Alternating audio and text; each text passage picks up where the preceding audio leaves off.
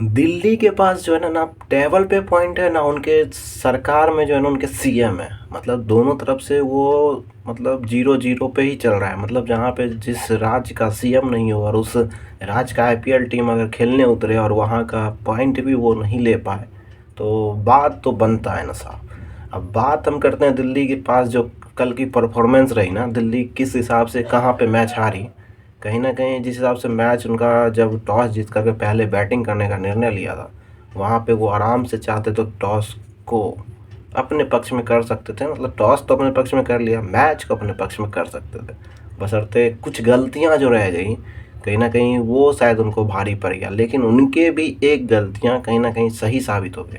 अब एक गलतियाँ हम बात करें लास्ट में, पता है 9 नंबर पे जो बल्लेबाज़ी करने आया ना, भाई क्या खेला उसने।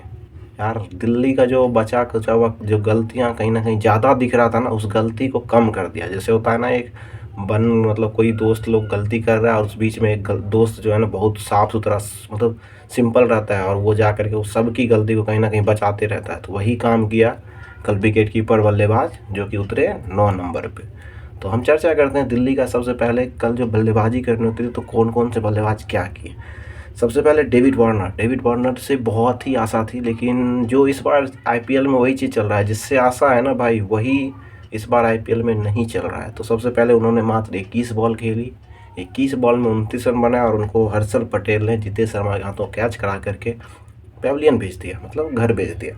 जिसमें कि उन्होंने 2 छक्के मारे और 3 चौके मारे हैं, जिसमें कि 138 का स्ट्राइक रेट रहा। तो आईपीएल में इस तरह से अगर पावर प्ले में स्ट्राइक रेट रखिएगा तो फिर एसआरएच वाली हाल होने वाली, जो कि सेकेंड मैच में हमको देखने के लिए मिल गया। पावर प्ले में अगर आप मानते हैं 40-60 बॉल है, मतलब 36 बॉल में कम से कम आपको 70 से 80 के आसपास पहुंचना है। कम से कम 70 पहुंचिए, 60-70 के आसपास पहुंचते हैं तब जाके आपका एक लगेगा कि हाँ टोटल एक अच्छा सेट हो सकता है, खासकर अगर आप पहले बैटिंग कर रहे हैं तो। नहीं तो केकेआर की तरह तो आपके पास रसल मसल है नहीं कि हाँ भाई लास्ट में भी आके मार के तोड़ देगा, तो ऐसा तो है नहीं। तो इसलिए थोड़ा सा शुरू से ही करना पड़ेगा। बाकी उसका मिचेल मार्स को भाई सारे लोग मतलब टीम में लिए हुए थे, कैप्टन बनाए हुए थे। मतलब किसमें, जो सट्टा वगैरह वाला ऐप खेलते हैं ना, जैसे ड्रीम 11 हो गया, मतलब सट्टा ऐप क्या, अब तो उसको सरकार ही पे अलाउ कर दिया कि नहीं सट्टा नहीं है, ये सब अपने माइंड से खेला जाता है। मिचेल मार्स भी कुछ ज़्यादा नहीं कर पाए, मात्र 12 बॉल में 20 रन। लेकिन ये था कि तेज़ खेले, थोड़ा तेज़ इस तरह का ही बल्लेबाजी चाहिए कि कम से कम 12 बॉल में 24-25-30 ऐसे मारिए। ये 166 के स्ट्राइक रेट से खेले, जिसमें 2 छक्के और 2 चौके मारे। इनकी बैटिंग थोड़ी सी सही लगी डेविड वार्नर की अपेक्षा। लेकिन हाँ एक चीज़ है कि एक तरफ से जब कोई मार रहा है तो एक तरफ से थोड़ा रुकना पड़ता ही है। उसको आउट किया अर्शदीप सिंह, जो कि राहुल चार के हाथों कैच करवा दिए। उसके बाद साई ऑफ जो कि डेब्यू कर रहे थे आईपीएल में, वो डेब्यू कर रहे थे इस सीज़न। और इस सीज़न जब डेब्यू कर रहे थे तो उनको बैटिंग अच्छी थी, बैटिंग उन्होंने जब तक रहा तो अच्छी की, लेकिन थोड़ा सा तेज़ खेलना था। क्योंकि जब मिचेल मार्श आउट हुए थे उस टाइम आए थे तो, लेकिन कहीं ना कहीं एक विकेट का दबाव वो ज़्यादा ले लिए थे। जो कि 25 गेंद में मात्र 33 रन बनाए। रन तो बहुत है बट लेकिन गेंद जो हिसाब से खाएं तो T20 में भाई इस तरह से अगर आप खेलोगे तो फिर इतना कम स्ट्राइक रेट में फिर वही 150 रन पहुंचने वाला, 150 रन को सामने वाली टीम अगर चाही तो आराम से चेस कर लेगी। क्योंकि ये T20 है, T20 में वो भी आईपीएल जो कि पूरे विश्व में सबसे ज़्यादा प्रचलित सबसे अच्छा टूर्नामेंट एक है। जो कि 2 छक्के 2 चौके इन्होंने भी मारे और 132 के स्ट्राइक रेट से रबाडा ने इनको आउट कर दिया हरप्रीत बारा के हाथों कैच करा के। उसके बाद उतरे पंत, जो कि करीब करीब बहुत दिनों के बाद उतरे थे पंत।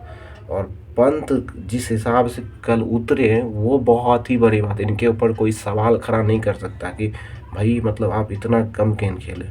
अगर इस पे अगर आप सवाल खड़ा करते हैं तो फिर आपकी इसमें बुड़बक है। क्योंकि 454 दिन के बाद कोई बंदा क्रिकेट मैदान पे उतरता है, वो भी इस लेवल का जिस लेवल पे उनको मतलब स्थिति ऐसा था कि वहाँ से उनका बच पाना भी मुश्किल था। मतलब नॉर्मल इंसान और नॉर्मल जिनको दुआ और दवा दोनों एक साथ नहीं मिलता ना, तो वो तो कंफर्म है कि नहीं बच पाते। लेकिन वहाँ पे वो बच गए। और उसके बाद कल जो बैटिंग की, जितना बॉल खेले, मुझे लगता है कि कहीं ना कहीं इंडियन फैंस को बहुत ही खुशी मिल रही होगी। 13 बॉल में 18 रन मारे, लेकिन भाई सही है, बहुत सही खेले। लेकिन 138 का स्ट्राइक रेट से आप क्या चाहिए भाई। लेकिन जिस हिसाब से 354 दिन के बाद आके ग्राउंड पे खेलना, वो भी समझ रहे ना। इन बॉलर तो यहाँ छपरी वाला बॉलर तो नहीं रहता है ना कि गांव का बॉलर है, सब इंटरनेशनल बॉलर, नेशनल बॉलर। वहाँ पे आकर के खेला इसने। पंत भाई के बारे में कुछ बोल ही नहीं सकते, जिनको हर्षल पटेल आउट करा। रिकी भुई मतलब 7 बॉल आके 3 रन कर रहे हो तो भाई ऐसे ही तुम भाई टीम से बाहर हो भाई, ऐसा चलो देखा जाएगा जो भी होगा। टेस्टन स्टब्स 8 बॉल में आके 5 रन कर रहे हैं, इसके बाद ही तो खेला शुरू हुआ ना, दिल्ली का खेला तब शुरू हुआ जब पंत आउट हुए। उसके बाद 7 बॉल में 3 रन, 8 बॉल में 5 रन, 13 बॉल में 21 रन अक्षर पटेल ने खेला, बहुत ही सही खेला, थोड़ा मोड़ा मैं बोलूँगा सही खेला, बहुत सही। सुमित कुमार 9 बॉल में 2 रन। भाई ये क्या है, 7 में 3 खेलोगे, 8 में 5 खेलोगे, 9 में 2 खेलोगे और चाहोगे कि मतलब मैच जीत जाए। यहीं से लग रहा था दिल्ली ख़त्म है, लेकिन कहीं ना कहीं अभिषेक पोरल ने आकर के मैच को फिर से बना दिया कि चलो भाई नहीं, तुम तीनों ने गलती किया, कोई दिक्कत नहीं है, मैं हूँ, मैं जाता हूँ, ठीक कर दूंगा। और उन्होंने 10 बॉल में 32 रन जो आकर के खेली, जो लास्ट में हर्षल पटेल को लगातार 5 गेंदों पे जो प्रहार किए ना, वो प्रहार कहीं ना कहीं तब लगा कि नहीं अब जो है ना दिल्ली एक मतलब टोटल जो है ना कहीं सही टोटल पे पहुंची है, लेकिन थोड़ा सा 10-15 रन माइनस फिर भी लग रहा था। और इसी के बाद जो पंजाब की तरफ से जो मैन गेंदबाजी जो की है, सेम करन तो मात्र 1 ओवर डाले 10 रन दिए। हर्षदीप जो है 4 ओवर में 28 रन देकर 2 विकेट। रबाडा जो कि 4 ओवर में 36 रन 1 विकेट। हरप्रीत बरा जो कि 3 ओवर में 14 रन दिए 1 विकेट। इनके साथ 1 ओवर और करवा सकते थे, लेकिन पंजाब किंग्स के कैप्टन पता नहीं क्यों नहीं कर पाए। राहुल चहर 4 ओवर में 33 run 1 wicket. Harshal Patel 4 over में 47। सबसे महंगे साबित हुए हैं तो हर्षल पटेल जो कि 11 के इकोनॉमी से रन दिए। हरप्रीत बरा से क्यों नहीं करवाया गया 1 ओवर, शायद पता नहीं। अब ओवर क्या, गेंदबाज भी इनके पास ज़्यादा है, 6 गेंदबाज का प्रयोग किया गया तो इसलिए टाइम इनके पास बचा नहीं। टोटल स्कोर जो बना था 174 पे 9 और 175 बनानी थी पंजाब किंग्स को, लेकिन पंजाब किंग्स के बल्लेबाज ने बोला नहीं भाई, मैं हूँ तो आराम से जीत सकता हूँ।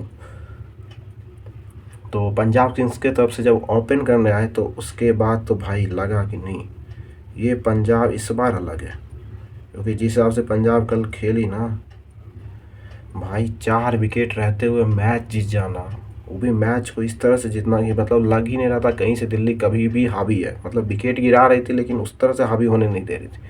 शिखर धवन आते हैं, जॉनी ब्रेस्टो आते हैं। जॉनी ब्रेस्टो तो ऐसे भी इंग्लैंड वाले से ही फॉर्म में इंडिया में नहीं दिख रहे हैं, तो इनको मैं ऐसे भी रेट ज़्यादा नहीं कर रहा था कि जॉनी ब्रेस्टो फिक्स है कि नहीं चलेगा। लेकिन आईपीएल है, हो सकता है बहुत का किस्मत बदल जाता है आईपीएल आते आते, क्योंकि पैसा का खेल है और पैसा जब मिलता है तो भाई बहुत का दुआ और दवा सब काम करता है। शिखर धवन जो कि कैप्टन थे, 16 गेंद में 22 रन खेले। इनका भी कुछ ज़्यादा यूनिक शॉट यूनिक कुछ नहीं दिखा, 4 चौके मारे, लेकिन ओवरऑल बहुत दिन से क्रिकेट ग्राउंड से दूर है तो हो सकता है चलता है। जॉनी ब्रेस्टो 3 बॉल में 9 रन, उसके बाद होते हैं क्या, रन आउट, मतलब ईशांत शर्मा ने उनको रन आउट कर दिया। प्रभसिमरन सिंह भाई बहुत रेटेड खिलाड़ी है, पंजाब मुझे लगता है इसको पूरी सीजन खिलाने वाली है।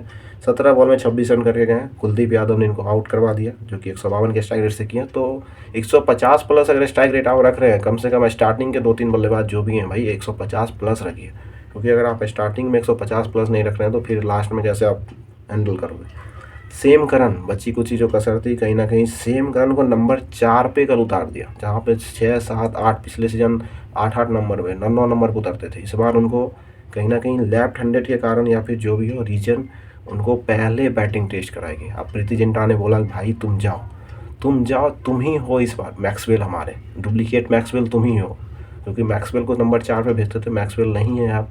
तो पिछले सीजन 8, 9, 7 पे भेजा जाता था सेमकंड को, लेकिन इस बार बोले नहीं, तुम जाओ, तुम मैक्सवेल हो हमारे रियल, और तुम जाके खेलोगे। मैक्सवेल की तरह उन्होंने काम किया। 47 बॉल में 63 रन, 134 के स्ट्राइकर से खेला, बट लेकिन कहीं ना कहीं टीम को पता था कि रन ज़्यादा है नहीं, आराम से चेस कर सकते हैं। और शुरुआत में सब बल्लेबाज ने धीरे धीरे रन बना के ही गए थे। उसके बाद जितेश शर्मा आए। जितेश शर्मा से बहुत उम्मीद थी, बहुत सारे लोग उनको रेट किए हुए थे कि भाई जिस हिसाब से इंडिया में जब खेलने आए थे उस टाइम में भी मार के गए थे, तो लगा था कि कम से कम 18-20 रन 20 बॉल खेलेंगे और 40-50 रन मार के जाएंगे, लेकिन ऐसा हुआ नहीं। टाइम भी था, ओवर भी था, मैच भी था, लेकिन ऐसा नहीं हुआ। कुलदीप यादव ने इनको आउट करा दिया। लिविंगस्टोन जो भी बचा हुआ था, लिविंगस्टोन जो कि बहुत ही अच्छा खेले क्या भाई, इतना तगड़ा खेल दिया ना कि मतलब मैच को जिता के ही चला गया। सीधा 21 बॉल में 38 रन लास्ट तक बने रहे। 180 के स्ट्राइक रेट से 3 छक्का 2 चौका मार करके मैच को फिनिश करते हुए शशांक सिंह एक पलाई खेल के खलील अहमद के हाथों कैच करा के चले गए। हरप्रीत बरा जो कि 2 बॉल में 2 रन, जो कि लिविंगस्टोन का कहीं ना कहीं साथ देने के लिए आए थे, लेकिन कहीं ना कहीं से भी मैच नहीं लगा कि मैच डीसी है ना, वापसी कर रही है। डीसी कहीं ना कहीं हमेशा पीछे ही रह गए और 177 पे 6 विकेट गिरते गिरते मैच को आराम से बना ली। और इनकी तरफ से जो गेंदबाज है ना खलील अहमद, मैं बोलता हूँ यार खलील अहमद से अच्छा कोई चुनो यार। जैसे हर्षित राणा KKR का एक हर्षित राणा है ना, चुनाया है ना भाई, तगड़ा खेल रहा है, तगड़ा बॉलिंग कर रहा है भाई। हर्षित राणा की तरह किसी एक युवा को लो, उसको बनवाओ यार। एक दो मैच पिटाएगा ठीक है, लेकिन वो अच्छा कहीं कर गया तो गलती से भाई वो मैच, क्योंकि खलील अहमद का पिछले कुछ सीजन से भाई शुरुआत में ही खलील अहमद जो आया था जिस टाइम इंडिया वगैरह खेला था, उसी टाइम वही सीज़न है कि उसका सही गया था। बाकी सब सीज़न वो रन ज़्यादा दे रहा है, विकेट एक दो निकल जा रहा है। फिक्स है बल्लेबाज T20 में गलती करेगा एक दो विकेट मिलेगा। मैन है T20 में आकर कितना इकोनॉमी से रन दे रहे हैं, विकेट निकला या नहीं। सुनील नरेन भी आकर के गेंदबाजी करता है और विकेट नहीं भी मिलता है ना, फिर भी उनको KKR पूरा सीजन खिलाते हैं। क्यों? रीज़न है कि उसके ओवर में कम से कम रन नहीं लेता है बल्लेबाज, गिन के रन लेता है कि भाई 6 रन 7 रन 8 रन ऐसे। ये नहीं कि 12 रन 15 रन पड़ रही है तो भाई फिर कोई फ़ायदा नहीं है वैसे गेंदबाज को। ईशांत शर्मा 2 ओवर ही मात किए। क्यों किए 2 ओवर? ये भी रीज़न है कि भाई 8 की इकनॉमी से रन दिया था, एक विकेट निकाला था, 16 रन दिया था मात्र। एक ओवर तो चांस बनता था भाई, उसको क्यों बैठा है पता नहीं। मिचेल मार्श को 4 ओवर 52 रन। भाई बॉलिंग बैटिंग में कुछ नहीं किया, बॉलिंग में भी दिलवा दियो। उसके बाद अगर बितना पिटा रहा था तो उसको एक ओवर रोक सकते थे, लेकिन नहीं, उसके ऊपर गया। अक्षर पटेल जिस हिसाब से उनको लगा कि भाई अच्छा करेगा, लेकिन एवरेज में रन दिया तो ये चल सकता है। 4 ओवर 25 रन दे रहे हो तो कहीं ना कहीं ठीक है यार, मतलब इतना चलता है। कुलदीप यादव 4 ओवर 20 रन, 5 की इकनॉमी से 2 विकेट। तो अक्षर पटेल कुलदीप यादव ने दोनों ही काफ़ी अच्छी गेंदबाजी की। सुमित कुमार 1.2 ओवर जो कि लास्ट ओवर देने आए थे, 19 रन खाए और मैच को यहाँ से ख़त्म करते हुए चले दिए। तो कहीं ना कहीं खलील अहमद और मिचेल मार्श जो है ना, मिचेल मार्श दोनों देखो, इनके पास स्पिनर नहीं था, स्पिनर का उपयोग करना चाहिए था। जैसे पहले पहले उनके पास बहुत सारा स्पिनर होता था, तो ये स्पिनर को थोड़ा सा उपयोग करना चाहिए इनको। एक दो स्पिनर को और लाना चाहिए, 2 ऑलराउंडर को और लाना चाहिए। जैसा चेन्नई का देख लीजिए, 3-3 कॉम्बिनेशन है, 3 से 4 स्पिनर उनके पास टीम में रहता है। 2-3 आपके पास पेसर, मिचेल मार्श आपके पास पेसर है, खलील अहमद की जगह पे कोई एक अच्छा सा पेसर ढूंढिए। ईशांत शर्मा का आप दूसरा क्यों नहीं ओवर करवाएं, तीसरा ओवर, ये थोड़ा सा सवाल उठता है।